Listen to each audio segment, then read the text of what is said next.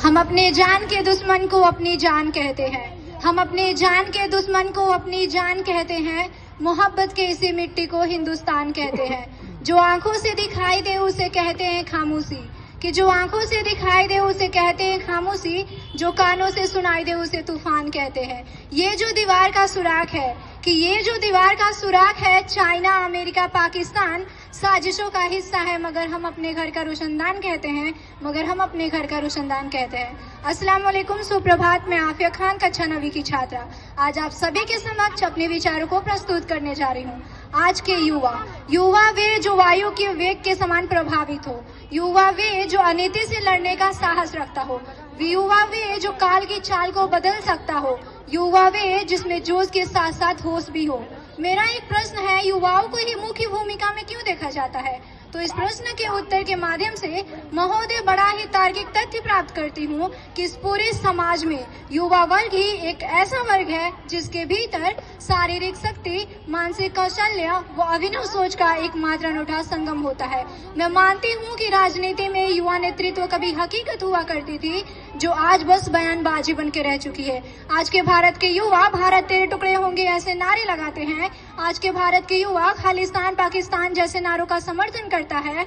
तब उसी भारत की उसी जमीने 23 साल के शहीद आजम सरदार भगत सिंह की वो हिम्मत भी देखी है, जहां वो अपने फांसी के फंदे को चूमकर गले से लगाते हैं और अपनी शहीदी से इस देश में क्रांतिकारियों के लिए नया सैलाब खड़ा कर देते हैं।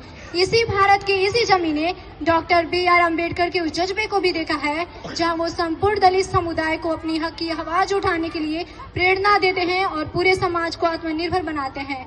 इसी भारत की इसी जमीने आई लेडी इंदिरा गांधी की उस हौसले को भी देखी है, जिनके व्यक्तित्व की नींव ही क्रांतिकारियों ने रखी थी, जिन्होंने आत्मनिर्भर भारत की पहली सीढ़ी चढ़ने के लिए भारत को प्रेरणा दी थी। ऐसे कितने भी इतिहास के पन्ने पलट दिए जाएं, हर एक पन्ने पर एक नया युवा का नेतृत्व कौशल दिखाई देता है।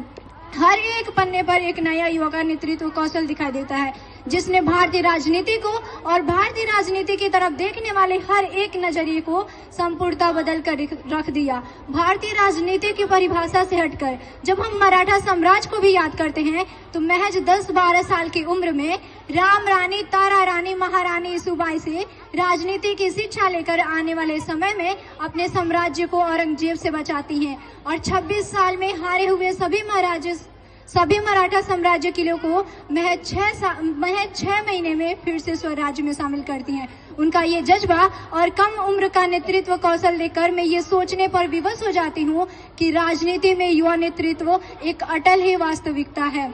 मगर जब तक हमारे देश का युवा दिल्ली की सड़कों को टायर की कालिख से राख करता रहेगा, जब तक हमारे देश का युवा हिंदू मुसलमान में लड़ाइयाँ करवाता रहेगा, जब तक हमारे देश का युवा शिक्षा को महत्व देखने के बजाय बुर्खा पहन के आने और बुर्खा न पहन के आने पर भग्य और बुर्खे में लड़ाइयाँ करवाता रहेगा, जब तक हमारे देश का युवा खालिस्तान, पाकिस्तान जैसे नारों का समर्थन करता रहेगा, जब तक हमारे देश का युवा सरेआम देश की बेटी की इज्जत उजड़ जाने पर हाथों में मोमबत्तियां लेकर सड़कों पर उतरता रहेगा, तब तक मुझे युवा नेतृत्व की बात बस बयानबाजी लगती है। तो अंत में मैं बस इतना ही कहना चाहूंगी कि किनारों पर खड़े होकर समुंदर पार होते नहीं, किनारों पर खड़े होकर समुंदर पार होते नहीं, नभ को निहारने से चांद तारे हासिल होते नहीं।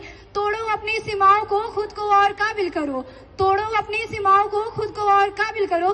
ताकत दो अपनी पंखों को, एक उड़ान और भरो, ताकत दो अपनी पंखों को, एक उड़ान और भरो। जय हिंद, जय Bharat. Thank you so much.